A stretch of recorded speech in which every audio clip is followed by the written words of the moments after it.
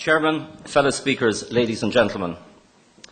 In mid-August 2007, warning bells went off around the financial world when its nerve centre came close to paralysis.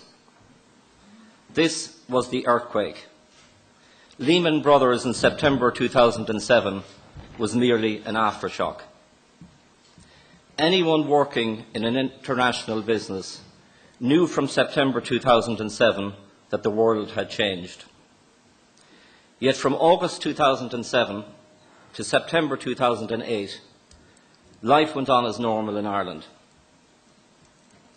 In August 2008, all of the social partners decided that the party could continue and that we deserved an increase in pay under a new national agreement.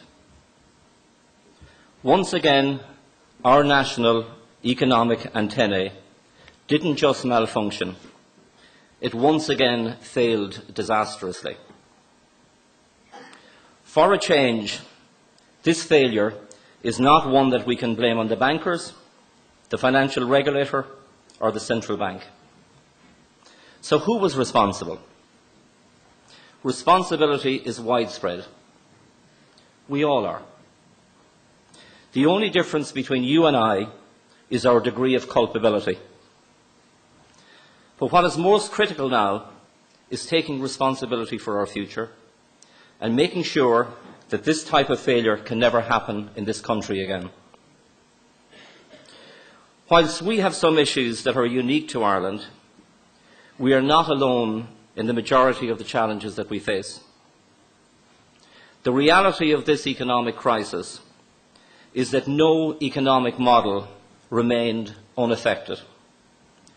Great exporting countries like Japan, China and Germany suffered. Consumer-driven America suffered. And leading financial service-based economies like Britain and Hong Kong suffered too.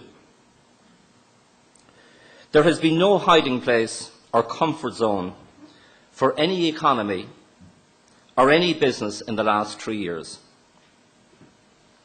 Where economic models differ is that some countries will suffer more permanent damage than others will, with export-based economies recovering the quickest. Ireland's economic model was flawed and unsustainable, and a lot of our problems are of our own making. From 2000 to 2007, 15% of the Irish GDP was generated by the construction industry, double the long-term OECD sustainable average.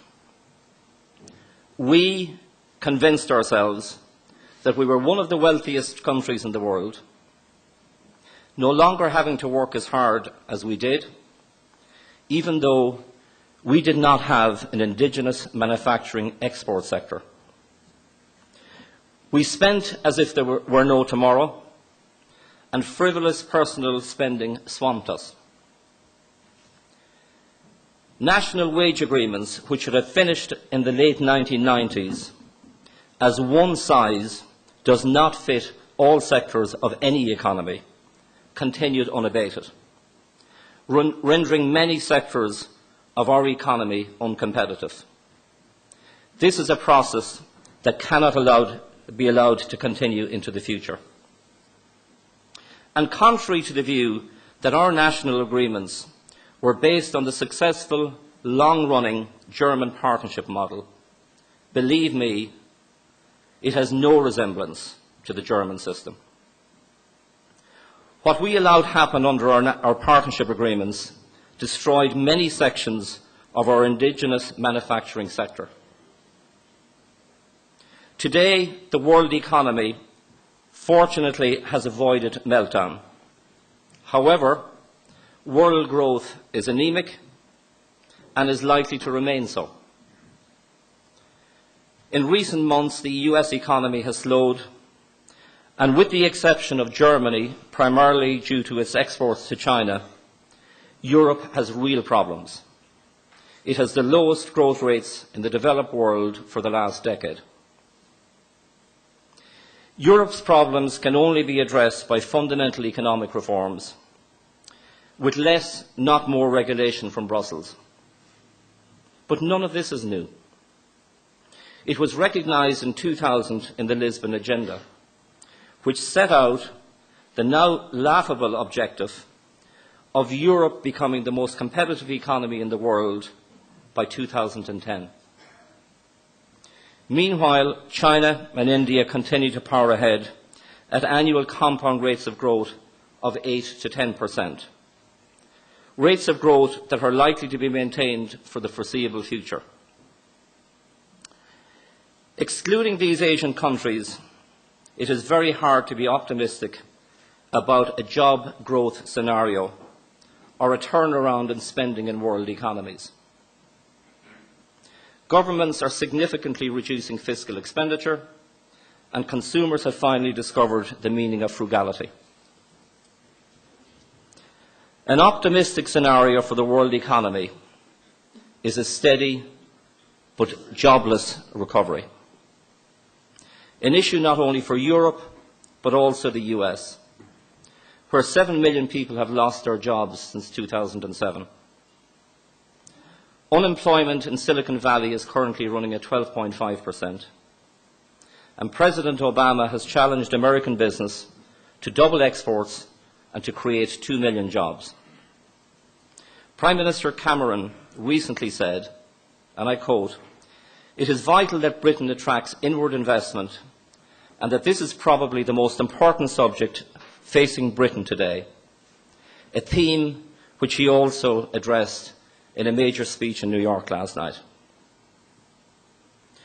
Britain has set its sights on India and China as sources of foreign direct investment and reinforced its intent with a progressive reduction in its corporation tax rates in the coming years. It is against this background that we must consider the scale of what is ahead of Ireland in creating employment and building sustainable growth. Foreign direct investment from the US, which has been a cornerstone of our economy for 4 decades, will become more challenging to maintain at previous levels. America wants to keep its jobs at home, and other countries will compete more aggressively with us for what is available. To create employment and build sustainable growth, we will need to implement economic strategies that we have never been successful at in the past. So what should we do?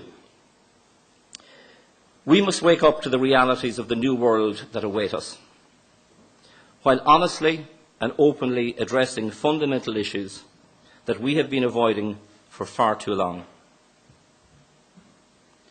The world is not waiting for us. We must go back to the hard-working culture of our parents and grandparents and become a hungrier and more competitive country, realising that ultimately whoever works hardest and smartest is going to win. Reflect on the fact that if, in the last 2 decades, the role of management and unions was to maintain indigenous manufacturing jobs in Ireland, both sides have performed terribly. We need to admit once and for all that our education system is not world class.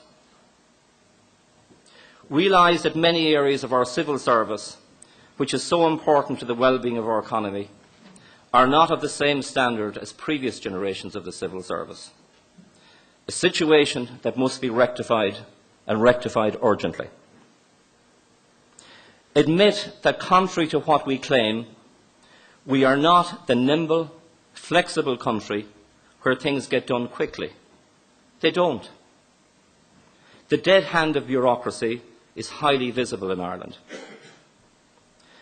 Realise that real wealth is generated by making something out of raw materials and not by manipulating money. Being conscious that in the last decade, our children wanted to be lawyers and accountants. They wanted to get rich in a year, but none of them wanted to be an engineer. Yet in China, 30% of its students are studying engineering. We need to create more electrical and mechanical engineers, realising that accountants count things, lawyers litigate on things, but engineers create things.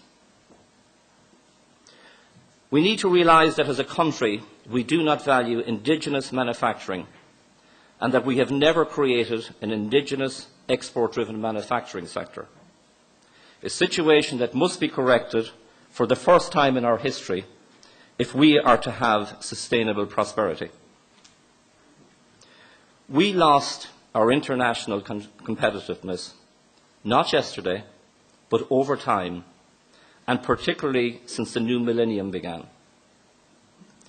We have made some progress recently, but we must all be aware that it will take sustained effort by all of us for the next 5 years to regain international competitiveness. We must also realise that putting Ireland back to work requires a seismic mindset change. We must export our products, not our jobs, knowing that no one in China is preventing us from doing it. While the smart economy might be a nice soundbite, other nations are not exactly stupid and have similar policies. Unfortunately, not all of us can be geniuses, so we have to create work for those less fortunate in our society. We have undervalued low manufacturing technology in Ireland for far too long. Our attitude is we want to be a smart economy. Factory jobs do not matter. This mindset must change.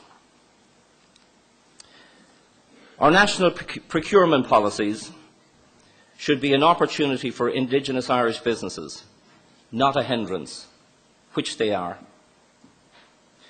We can get value for money while helping our own industries and do so within the rules of European procurement directives. We need a more proactive and engaged involvement in the future direction of Europe as the place to do business. The word in Brussels is that we are not as engaged or involved as other member states are.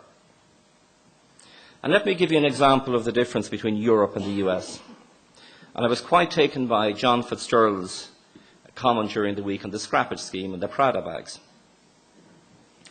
And he referred to the fact that we don't make cars, so a lot of the money seeps or leaks out of Ireland into other countries. In the United States, they introduced a scrappage scheme for household domestic appliances in 2008. But the scrappage allowance was given to the manufacturers, so only US manufacturing industry benefited. The Koreans didn't benefit, the Chinese didn't benefit. Clever thinking, playing the rules the way the All Blacks play rugby. Understanding them, but to the limit. If we are really serious, Minister, about the green economy and its potential, which, as you know, I am, then we should have all public buildings retrofitted by 2016, creating thousands of jobs in the process and finally kick-starting that green economy. Realise that innovation is not entirely pure research, and that evolutionary development is a key driver of business job creation. Let me give you two examples of industries that were regarded as low technology and have changed into something completely different. The US and Europe had very substantial industries manufacturing television sets. We all remember the big boxes sitting in our rooms. They became a commodity. US gave up the industry, and Europe gave up the industry, and it ended up in Korea. Nobody envisaged that there would be digital technology.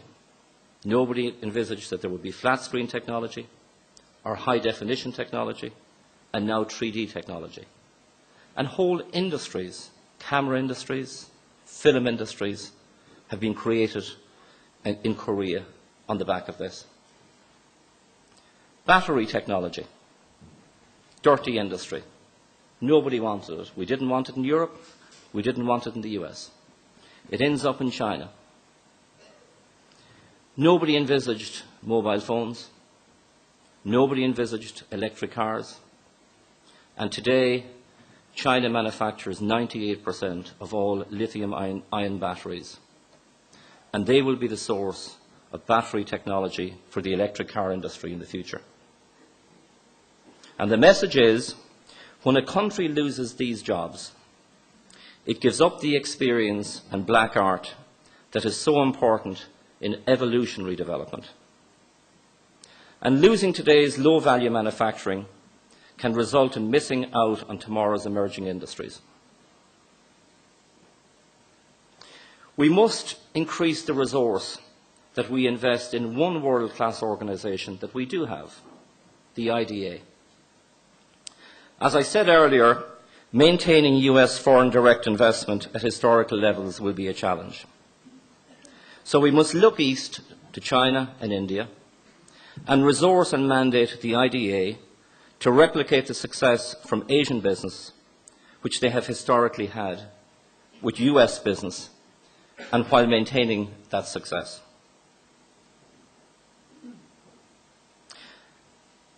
And I now want to pose and ask ourselves a very, very fundamental question. Who has the time to sit back and think long-term for Ireland? Over the last 2 years, government, politicians and senior civil servants have been firefighting 24/7. In business, a key factor to success is not only to have the firefighters, but also senior people who can stand back from the coalface, remaining objective, looking at the bigger picture and to the future, whilst also recognising that managing a crisis can sometimes be easier than managing success. I constantly ask myself this question: who does this for Ireland? Invariably, I reach the same conclusion. I don't know, does anyone? I also conclude that a fundamental reason for this is our political system and our media,